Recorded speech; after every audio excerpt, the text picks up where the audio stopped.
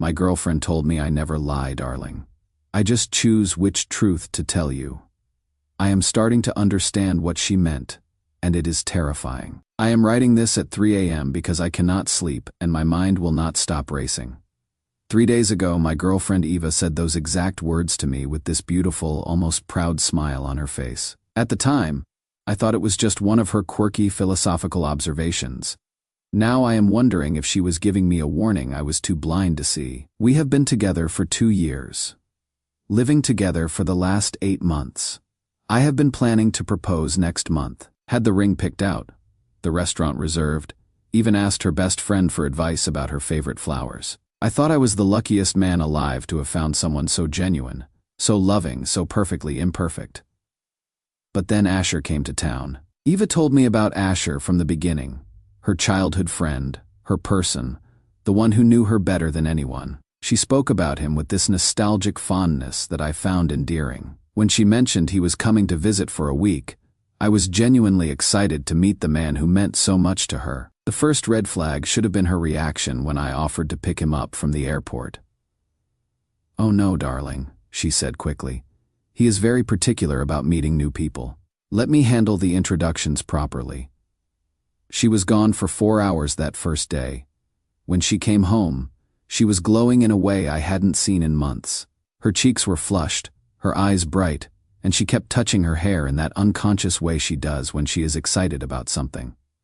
"How did it go?" I asked. "Perfect," she said, and something in her tone made me look up from my laptop. Just absolutely perfect.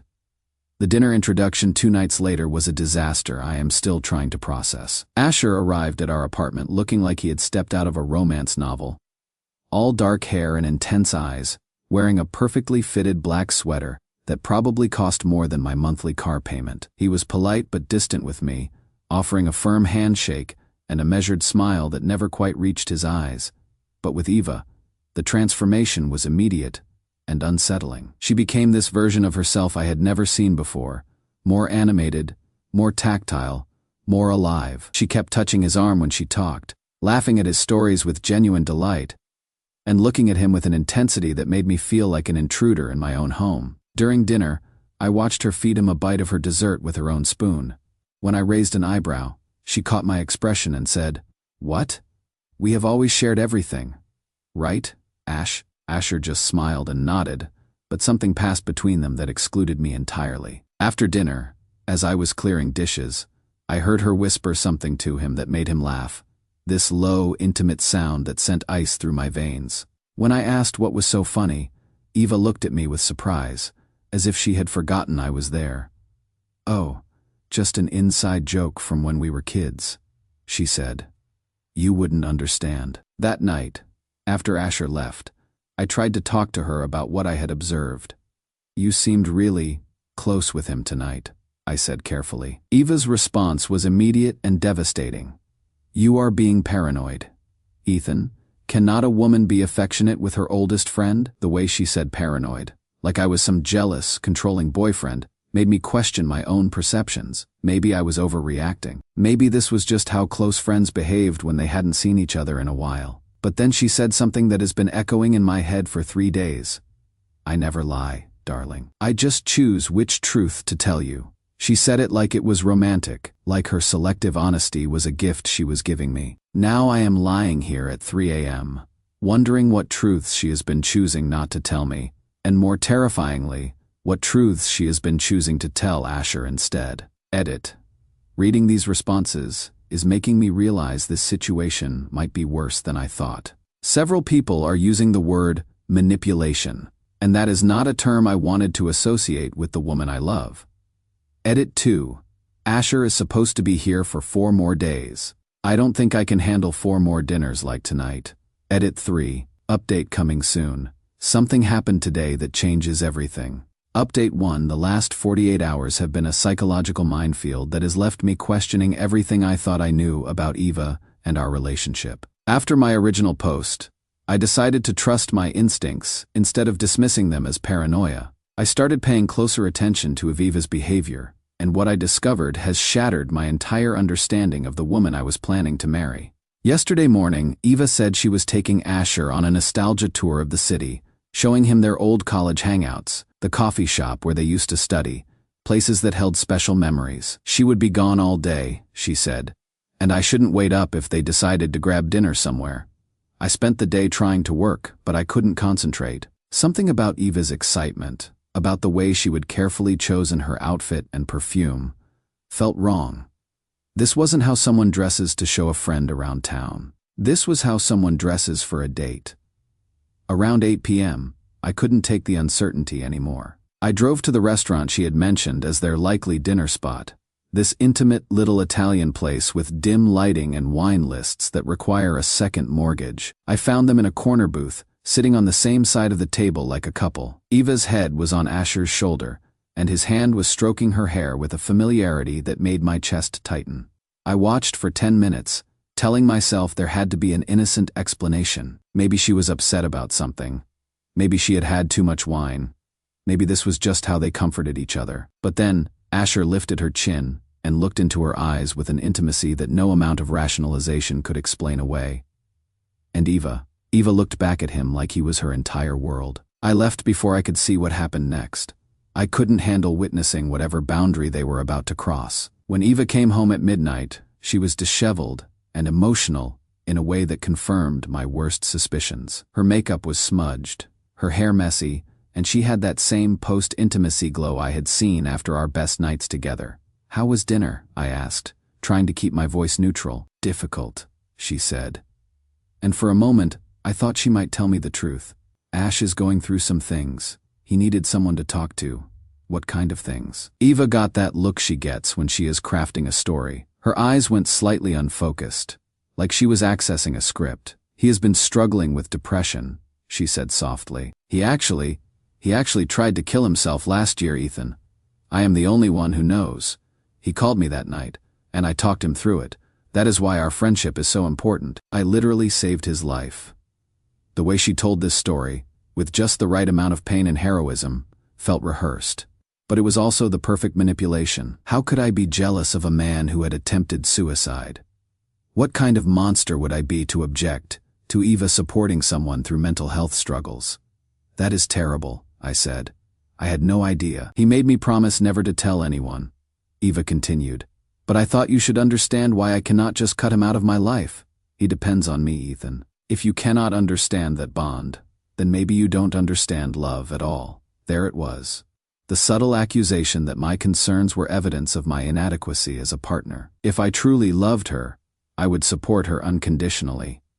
If I truly understood love, I wouldn't question her devotion to someone who needed her. "Of course I understand," I said. "Because what else could I say?" Eva smiled and kissed my cheek.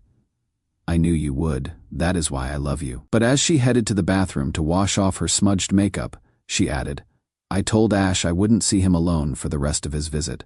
I don't want you to feel uncomfortable." This should have made me feel better. Instead, it felt like another manipulation, a gesture designed to make me feel guilty for causing problems while simultaneously making her sacrifice appear noble. That night, as Eva slept beside me, I lay awake thinking about everything I had observed. The intimate dinner, the practice story about suicide, the way she would preemptively offer to avoid future alone time, making me the reason for her sacrifice. I realized something that chilled me. Eva might be a much better actress than I had ever imagined. Edit. A lot of you are saying the suicide story is fake. I am starting to think you might be right. The timing was too perfect, too convenient for shutting down my concerns. Edit 2. Asher leaves tomorrow. I have decided to do some investigating while Eva's at work. Edit 3. I found something. Oh God. I found something that changes everything. Update 2. I need to write this down before I lose my mind completely. What I discovered today has destroyed every assumption I had about Eva, our relationship, and the last 2 years of my life. After Eva left for work this morning, I did something I never thought I would do. I searched through her personal things. I told myself I was looking for evidence to prove my suspicions wrong, that I would find something innocent that would explain away all the red flags. Instead, I found proof that the woman I love has been systematically lying to me about everything. Hidden in the back of her jewelry box, I found a small leather journal. The first entry was dated 3 months into our relationship. E is getting more serious about us. He is sweet, stable, financially secure, everything I should want. But when I close my eyes, I still see Asher's face, still remember how it felt to be truly desired, not just loved. E loves me like I am precious. A loves me like I am dangerous. I think I need both. My hands were shaking as I read entry after entry documenting Eva's calculated approach to our relationship, told E about it today, framed him as my childhood friend, instead of the man I was obsessed with for 4 years. E seemed charmed by the idea of me having a meaningful friendship. He has no idea A and I were together until 6 months before I met him, or that we never really ended things. A called last night while E was in the shower. He is coming to visit next month. I am terrified and excited and feel alive in a way I haven't in months. E makes me feel safe. A makes me feel everything else. Perfect relationship formula. E for stability and security. A for passion and intensity. Why should I have to choose? I deserve to have everything I want. But the entry that shattered me completely was from last week. A arrives tomorrow. I have been preparing E for this moment for months, building up A's importance, establishing the sacred friendship narrative. Tonight, I will sleep next to E knowing that tomorrow I will remember what real fire feels like. The best part? E will never suspect because he trusts me completely. I have trained him to see questioning me as weakness, paranoia as inadequacy. He is so desperate to be the understanding boyfriend that he will rationalize anything I do. I had to stop reading. The calculated cruelty of it was suffocating. But I forced myself to continue, and the journal entries kept referencing ongoing correspondence with Asher that made me sick to my stomach. References to messages, calls, shared secrets that excluded me entirely. That night, after Eva fell asleep, I lay awake thinking about everything I had discovered. Around 2 a.m., I noticed her laptop was still open on the nightstand. She had fallen asleep while catching up on work emails.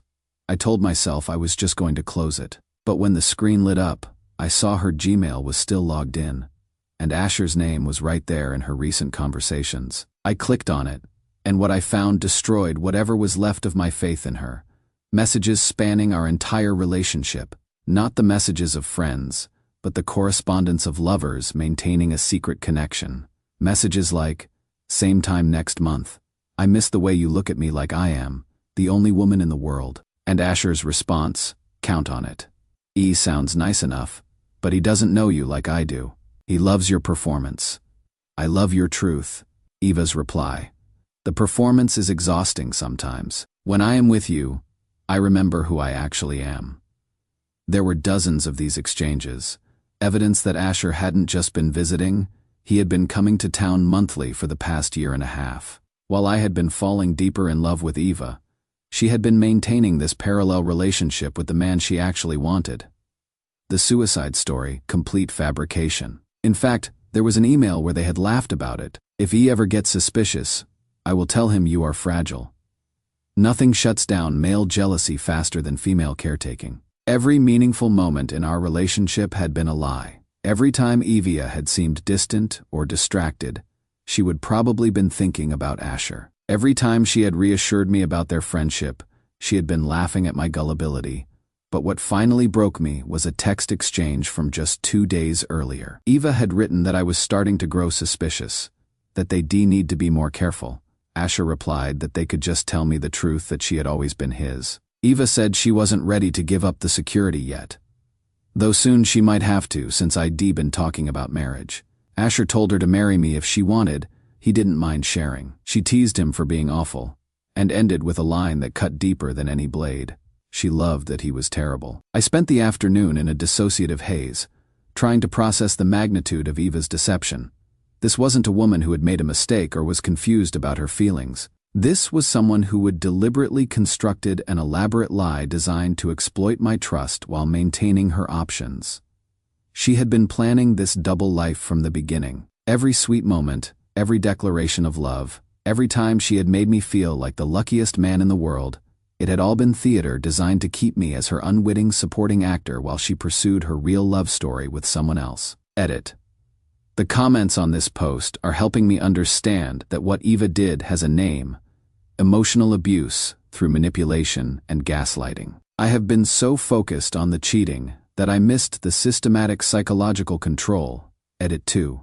The confrontation is happening tomorrow. I have been preparing what I want to say, but honestly, I don't think anything can prepare me for facing someone who has been lying this skillfully for this long. Edit 3. To those asking if I am okay, I am not. But I will be.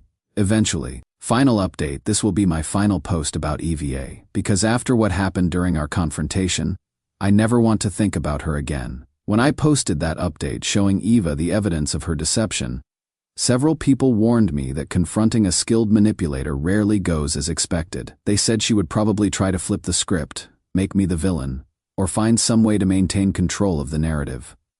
They were wrong. What Eva did was so much worse than manipulation. She revealed herself to be someone fundamentally incapable of empathy or remorse. When Eva saw me sitting with her journal and printed emails, her first response wasn't denial or even anger. It was irritation, like I would caught her in a minor inconvenience, rather than discovering she had been systematically destroying my ability to trust reality. "Well," she said, setting down her purse with careful precision, "I suppose we need to talk." Her calmness was more unsettling than any emotional outburst would have been. "Talk," I said. "Eva, I found evidence that you have been lying to me about everything for 2 years. You have been in love with someone else this entire time, carrying on a secret relationship, and making me feel crazy for noticing the signs." Eva sat down across from me and folded her hands like we were discussing dinner plans. "You weren't supposed to find that," she said matter-of-factly. "Not I am sorry. Not I can explain. Just a simple statement that my discovery had violated her expectations." "That is what you are concerned about?" I asked. "That I wasn't supposed to find it?" Eva tilted her head slightly, studying me with the detached curiosity of someone observing an interesting psychological specimen. "Ethan," she said slowly, "you are acting like I committed some terrible crime. But all I did was love 2 people simultaneously. Since when is having feelings illegal?" The casual reframing of systematic deception as merely having feelings was breathtaking in its audacity. "You didn't just have feelings," I said, holding up the emails. "You maintained a secret relationship while making me believe we were building something real together. You lied about everything." Eva's expression shifted then, and for a moment I saw something that chilled me, not remorse or shame, but genuine confusion about why I was upset. "I never lied to you," she said with perfect sincerity. "I told you exactly what I said. I told you, I choose which truths to share. You just assumed that meant I was sharing all of them." The psychological gymnastics were stunning. In Eva's mind, deliberately withholding crucial information wasn't lying. It was selective truth, telling that I would somehow misunderstood. "Eva," I said, trying to maintain my composure, "you told me Asher was just a friend. You created an entire fictional narrative about saving him from suicide. You have been sleeping with him monthly while telling me you loved me. How is that not lying?" For the first time since the conversation started, Eva showed genuine emotion, but it wasn't guilt or sadness. It was frustration. "God, you are so binary," she snapped. "So what if I have been seeing Asher? So what if our relationship is more than friendship? That doesn't diminish what we have, Ethan. It just means I am capable of loving more than one person at a time while lying to both of us about it." Eva stood up abruptly, and for a moment her carefully maintained composure cracked entirely. "You want the truth?" she said, her voice rising. "Fine, here is your truth. Yes, I love Asher. I have always loved Asher. He understands parts of me that you never could, but that doesn't mean I don't love you too." She began pacing, her words tumbling out with increasing intensity. "You gave me stability, security, a future I could count on. Asher gives me passion, excitement, the feeling of being truly alive. Why should I have to choose? Why should any woman have to choose between security and passion when she is capable of managing both?" The entitlement in her voice was staggering. She genuinely believed she deserved to have 2 men's complete devotion while offering neither her honesty or fidelity. "Because that is not how relationships work," I said. "You cannot build intimacy on lies. You cannot love someone while systematically deceiving them." Eva stopped pacing and looked at me with something approaching pity. "That is where you are wrong," she said softly. "I absolutely can love you while keeping parts of myself private. Love isn't about complete transparency, Ethan. It is about giving someone what they need to be happy. And what I needed was the truth." "No," Eva said with frightening certainty. "What you needed was to feel special and secure. I gave you that. The fact that I also gave other things to other people doesn't change what I gave you." This was the moment I realized I wasn't arguing with someone who had different values or had made poor choices. I was arguing with someone whose fundamental understanding of love, honesty, and human relationships was so distorted that we might as well have been speaking different languages. But Eva wasn't finished. As I sat there processing the magnitude of her psychological detachment, she delivered the line that will haunt me forever. "The best part," she said, almost smiling, "you all thought you were special, but you are just replaceable." The casual cruelty of it hit me like a physical blow. This woman had systematically exploited the love of multiple men, not out of confusion or emotional conflict, but because she genuinely believed she deserved unlimited access to male devotion without reciprocal commitment. "All of us?" I managed to ask. Eva's smile became genuine then, the first authentic expression I had seen from her all evening. "Oh, Ethan, you thought you and Asher were the only ones?" She laughed, and the sound was like glass breaking. "There was Marcus before you, David during Marcus, and currently there is James from my yoga class. I am very good at compartmentalizing." The revelation that I was just one option in an entire portfolio of manipulated men was somehow more devastating than discovering her relationship with Asher. "You are sick," I said. "I am efficient," Eva corrected.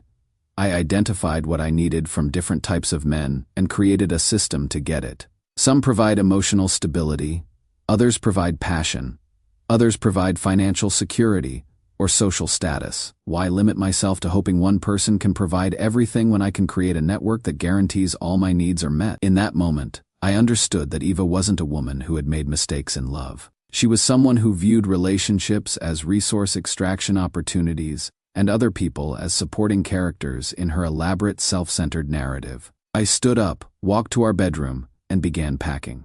Eva watched me with mild curiosity, like I was performing some interesting but ultimately irrelevant task. "Where will you go?" she asked. "Anywhere but here." "This is rather dramatic, don't you think? We could work something out, establish some boundaries, create more clarity about expectations." Even facing the complete dissolution of our relationship, Eva was trying to negotiate terms that might allow her to maintain access to whatever I provided in her emotional portfolio. I zipped my suitcase and walked toward the door. "Goodbye, Eva." As I reached for the door handle, Eva said something that perfectly encapsulated everything I had learned about her. "Fine. But remember this. I never needed any of you. You needed me to feel alive." The psychological projection was perfect. Eva, who had constructed an entire life around needing validation from multiple men simultaneously, was claiming that we were the needy ones. But as I walked away, I noticed something that gave me a moment of satisfaction.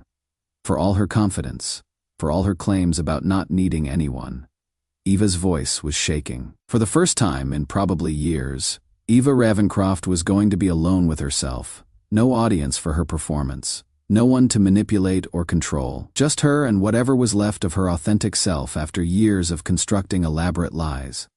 "I have been staying with friends while I find a new place." Eva has texted twice. Both messages variations of "when you are done being dramatic. We should talk about moving forward." Even now, she believes this is a temporary tantrum rather than a permanent decision. But something interesting happened yesterday. I received a call from Marcus, apparently one of Eva's previous compartments. He would somehow gotten my number and wanted to warn me about Eva's patterns. Turns out, she had pulled similar maneuvers with him and 2 other men. Marcus had done something I hadn't thought of. He had started documenting Eva's behavior and reaching out to her other victims. Not for revenge, but to build a support network of people who had been psychologically manipulated by the same person. What we discovered was that Eva had been running this same system for at least 6 years, always maintaining 3-4 concurrent relationships with different men who fulfilled different functions in her life. She rotated men in and out based on their utility, always ensuring she had backup options before discarding anyone. The most chilling discovery was that Eva kept detailed notes on each of us. Our weaknesses, our triggers, what type of manipulation worked best on each personality type. She had turned emotional abuse into a refined system. Marcus asked if I wanted to join their informal support group, men who had been systematically manipulated by someone whose understanding of love was so fundamentally broken that she saw other human beings as inventory in her emotional warehouse. I said yes, because Eva was wrong about one thing. We didn't need her to feel alive. She needed us to feel powerful. And now, for the first time in years, she is going to have to face the empty space where her sense of power used to be. The last thing I will say about Eva is this: beware of people who are too perfect, too understanding, too willing to be exactly what you need them to be. Real love involves friction, disagreement, and authentic imperfection. Performance love is smooth and seamless and ultimately hollow. I am beginning to understand the difference. Edit. To everyone asking about pressing charges, there is nothing illegal about what Eva did. Emotional manipulation and systematic deception aren't crimes, just profound moral failures. Edit 2. Marcus's support group has been incredibly healing. Sharing experiences with other men who survived similar manipulation has helped me understand that Eva's behavior wasn't love. It was predation with romantic packaging. Edit 3. This is my last update about Eva. I am focusing on rebuilding my ability to trust authentic connections and learning to recognize the difference between someone who loves you and someone who uses love as a control mechanism.